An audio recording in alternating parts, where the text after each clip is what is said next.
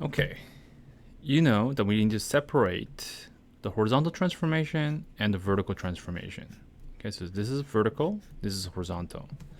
For horizontal,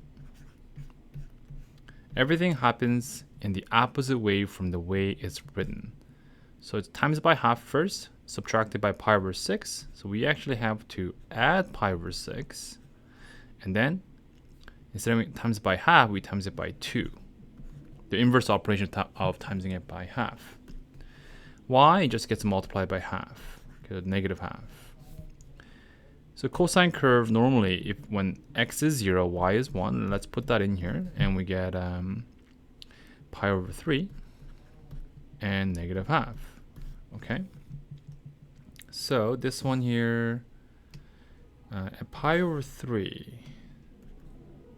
Okay, so if this is like pi and this is 2 pi, pi over 3 is about there, right? So at pi over 3, we're at negative half. So right here. Let's see what happens if you plug in pi over 2 and 0. Okay, that's where the next cosine main points are, right there.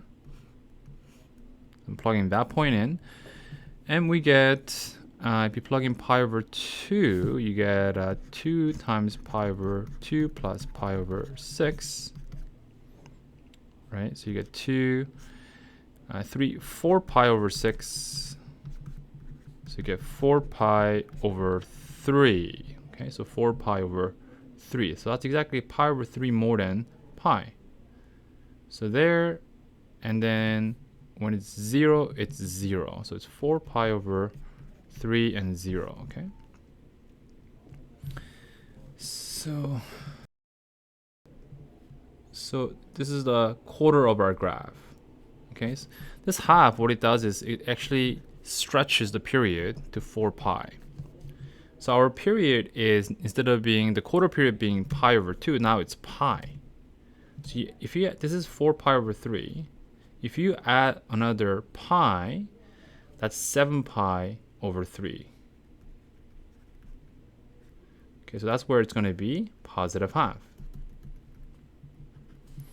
Right, and then we're going to go down to 0, adding another, right, pi, which is 10 pi over 3. And then we're going to be at negative half again. If you add another 2, so 12 pi over 3 is 4 pi exactly. So that's the graph of one complete cycle.